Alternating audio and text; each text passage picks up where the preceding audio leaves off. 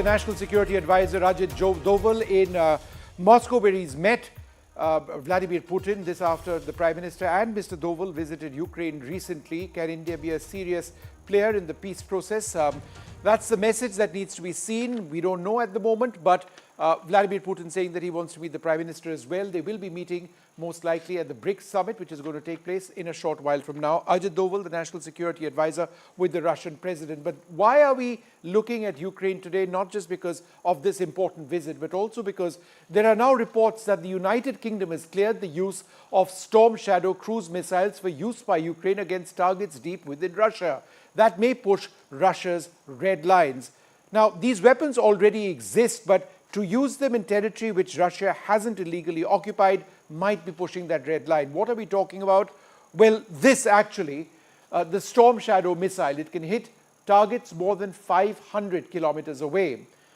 So it's already been integrated, as I said, into Ukrainian Air Force aircraft, including Russian-built Sukhoi 24 bombers. That's a legacy of the past. You can see that on a Su-24 bomber over there. However, these low observable, extremely sophisticated weapons can only be used on targets in areas illegally occupied by Russia. Now, however, that's set to change with reports that the UK has green-lighted the use of the Storm Shadow to use on targets in Russia far away from the war zone. Ukraine says it needs to hit Russian targets further afield to protect itself, while observers say that a Russian response to this could be massive. The international worry is that Moscow is seriously thinking about the use of nuclear weapons as the escalation matrix continues to rise. Now, what exactly are we talking about in terms of range of this weapon? Well, here's a map of Ukraine that you can see, and let's bring up Kiev to give you a point of reference. Kiev, the capital of Ukraine over there. And if you actually take a look at the areas which we've marked in blue, these are areas which have been occupied illegally by Russia, not just now, but from 2014 onwards. And the line that you see over here, the red line right up on top over here, to about 560 kilometers is the actual range of the Storm Shadow missile. It's a cruise missile, and therefore all of these areas can be hit by the Ukrainians. And that could create all sorts of problems as far as that red line I was talking about. Well, joining us at this stage, Maria Tomak, mission of the President of the Ukraine in Crimea, Ray Locker with us, Tatiana Kukureva joins us from Moscow, Meera Shankar, former Indian ambassador, and Brahma Chalani as well. Maria, let me come to you first. How does Ukraine at this stage not believe, or why does Ukraine at this stage believe, I should say, that nuclear weapons are off the cards for the Russians? Because many around the world, observers say that, look, if this keeps getting worse, then what's to stop the Russians from using tactical nuclear weapons? Thank you for inviting me. First of all, I would like to say that there is a problem with the statement that the West provokes Russia. Because the problem is that it deprives Ukraine of our agency.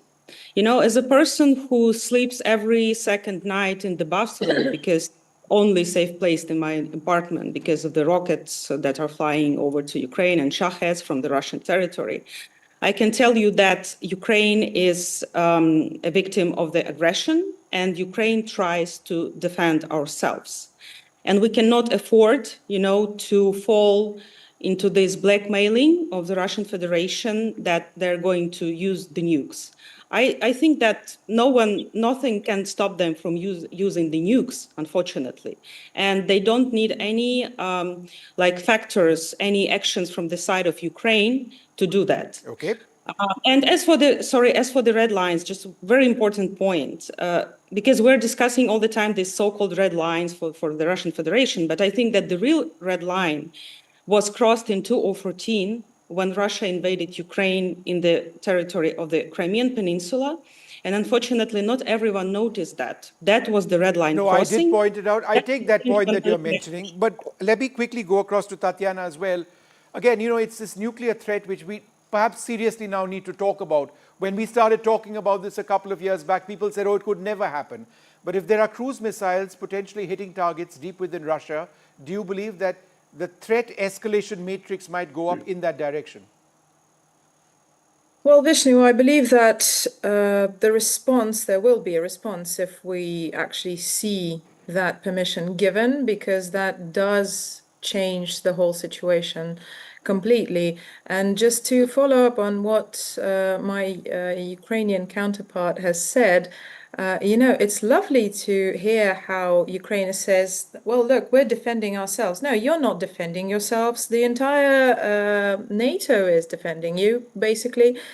I mean, if you were defending yourselves, that would have been a different story. But we're talking about NATO countries being as involved as they can possibly be without actually, getting physically involved in this conflict. And we are seriously debating whether this, we've heard President Zelensky ask repeatedly for those longer range missiles to be kind of permitted in terms of, using them on Russian targets. And it doesn't even, surprise anybody anymore that we have all of these countries pouring into this conflict. And on the other hand, we just today, I read the news report that Switzerland saying that it's trying to get Russia on the negotiating table in terms of peace. How does it even work? Okay, all right. Hang on for a second. Ray Locker coming over here. It does seem to be a game of brinkmanship in this case. NATO and Ukraine together versus Russia. Who's going to blink first? And just continuing to see an escalation of the weapon systems used. Very heavy Russian bombing as well. And Ukraine might be green-lighted to use cruise missiles, which can strike up close to Moscow as well, as I understand it. Now, really, not that close. It is a bit dangerous at this stage. Where exactly do you see this headed? Well, I think they're going to get those missiles, and I think they're going to use them. And then it's up to Putin to decide what he wants to do. He started this war. Russia sends these kind of missiles, any kind of weapons, into Ukraine all the time. And so we're going to expect that Ukraine and its allies aren't going to help Ukraine defend itself. That seems ridiculous. I mean, many people warned Putin, don't do this. He did it anyway. Now is the rest of the world that supports Ukraine supposed to sit around and do nothing? I mean, that seems kind of ridiculous. The alternative is if they did nothing, then there would be no Ukraine, that Putin would be in Kyiv, and that would be the end of the story. Is it an escalation? Yes. And does it bring risk? Of course it does. And I hope, that it doesn't bring any more risks. And I hope that Putin doesn't decide that he needs to do some kind of nuclear strike to, counter this movement. I don't think he needs to. And I hope whatever the Indian government is doing leads to some kind of solution. Ambassador Shankar, do you believe that India might actually have a serious role in this, in trying to find a resolution? Well, that moment probably will occur when there's a degree of fighting fatigue on both sides. And as I see it right now, the mood is escalatory rather than one for halting the fighting. Yes, Ukrainian forces have entered Kursk. Russia has now launched a counterattack. We are hearing reports of Ukraine being permitted to use longer-range missiles in Russian territory. These missiles are already with Ukraine, but they've been really allowed to use them against Russian forces on their territory or in the Crimea.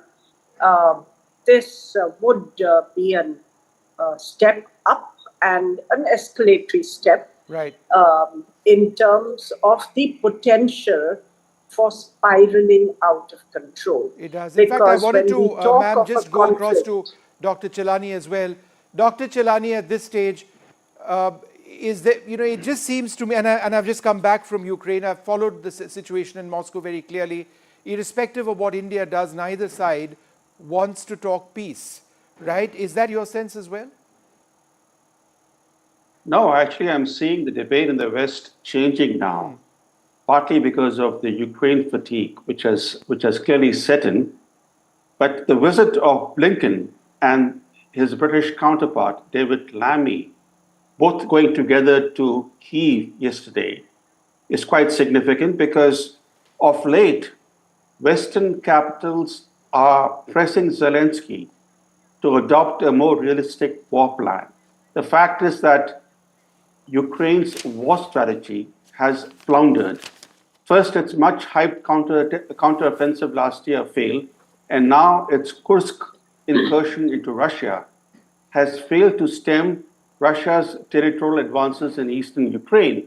And Western officials are quietly urging Zelensky that he needs to adopt a more pragmatic approach. He needs to revise his war plans, his war strategy, because he has set a precondition that unless the Russians withdraw from the areas that they've occupied in Ukraine, there can be no peace. And everybody realizes that that objective is completely unrealistic. So quietly, despite the public rhetoric, quietly, Western officials are urging Zelensky to perhaps read the temper the writing on the entire wall situation down. and adopt a more realistic war plan. All right, look, I'd like to thank you all very much for being with us one way or the other. It is a scary situation now. The loss of lives immense on both sides. It's been well more than 2 years, and this war just has to come to an end. Thank you all very much for being with us.